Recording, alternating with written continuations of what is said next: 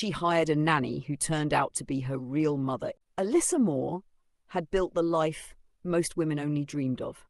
At 36, she lived in a chic duplex in San Francisco's Noe Valley with her husband Daniel and their 2-year-old daughter Clara. She was a rising star in a global marketing firm, articulate, poised, and fiercely committed.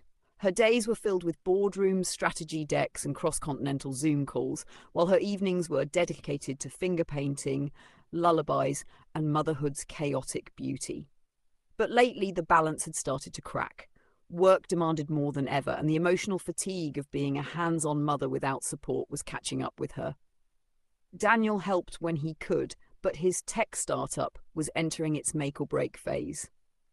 Clara had developed separation anxiety, and each morning drop-off at daycare had turned into a tearful event that lingered in Alyssa's mind through every meeting. She needed help. A full-time nanny, someone nurturing but reliable, someone who could bring steadiness to their quickly unraveling routine. Reluctantly, she contacted an elite placement agency, one that specialized in high-profile families and discreet professionals. Within days, they sent a short list of candidates. One name on the list gave her pause: Margaret Lewis.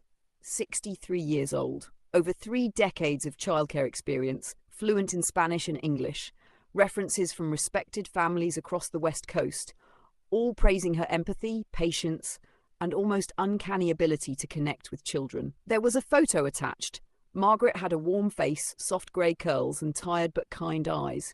Something about her stirred an odd feeling in Alyssa, a kind of nostalgic yearning she couldn't name. She dismissed it. Emotions didn't matter. Qualifications did.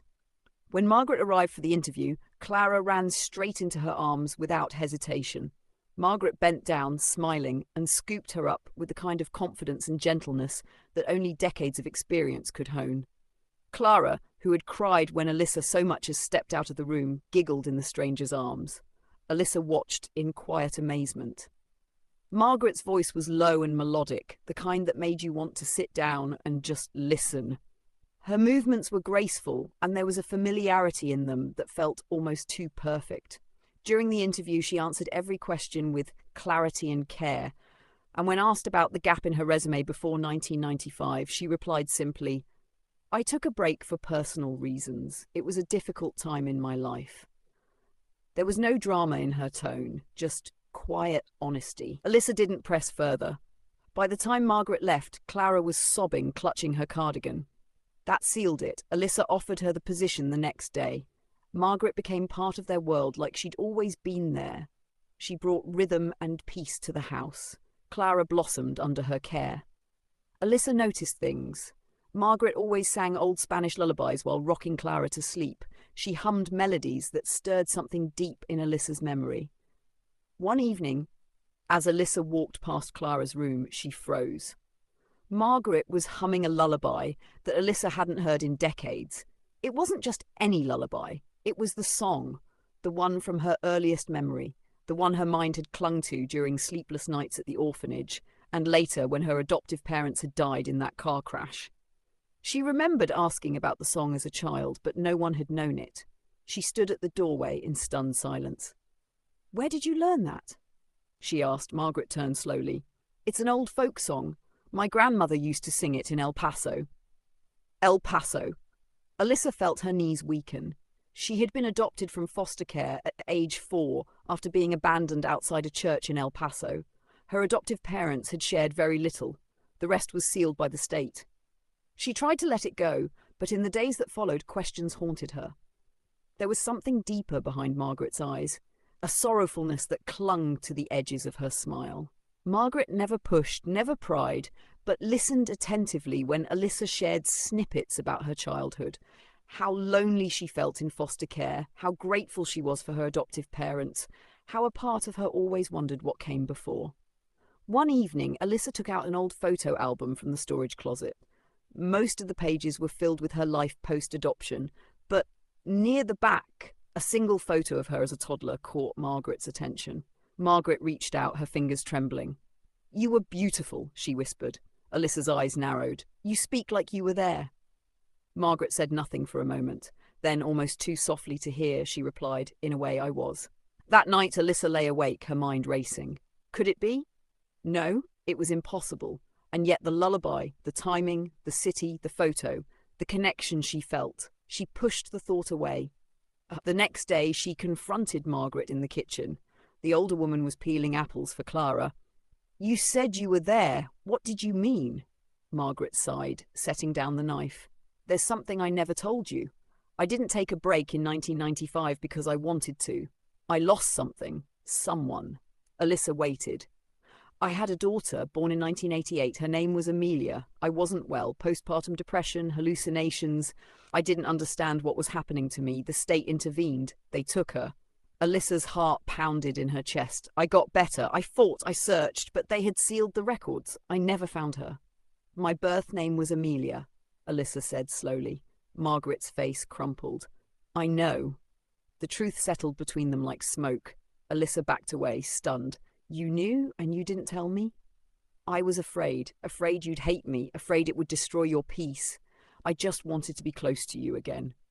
Alyssa left the room, unable to speak. In the days that followed, the air in the house thickened. Margaret gave her space, but never stopped caring for Clara. Daniel was dumbfounded when Alyssa told him. "You're sure?" She described everything. My name, the lullaby, the place, and we look alike. They took a DNA test. It confirmed the truth. Margaret Lewis was Alyssa's biological mother. The confirmation shattered Alyssa's carefully constructed world. She didn't know how to react. Relief, anger, betrayal, gratitude all churned within her. She sought therapy. She read Margaret's old journals, the ones she brought over, filled with unsent letters to a daughter she thought she'd never see again. And slowly, piece by piece, the pain gave way to understanding. They began talking again. Quietly at first. Margaret shared her version of the past, how she had begged for help, how she had fought to stay clean, how she had checked orphanage rosters and agency databases for years. "But I didn't have the resources," she said, weeping. And after a while, the trail disappeared. Alyssa shared her childhood, the loneliness, the joy, the losses.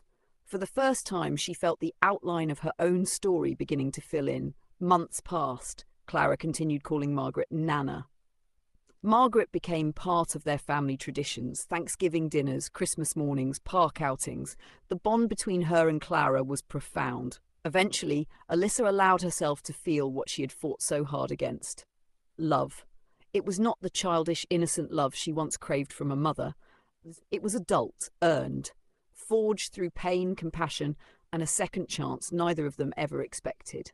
On Alyssa's 37th birthday, she surprised everyone by raising a toast.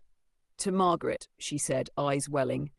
"You started as our nanny, but you are so much more. You are my daughter's grandmother. You are my mother, and I'm proud of it." Margaret's hands trembled as she covered her mouth in tears. 3 years later, Alyssa gave birth to a second child, a boy. Margaret was there in the delivery room, holding Alyssa's hand as she had when she was born decades earlier. They named him Samuel Lewis Moore. Alyssa often thought about how their story might have ended if she hadn't picked Margaret's name off a list. If Margaret had never come. But fate or grace had a different plan. She still had moments of grief for the lost years, but she learned to honour them by building new ones. With Margaret by her side, not as a stranger, not as a nanny, but as the mother she had lost and miraculously found again.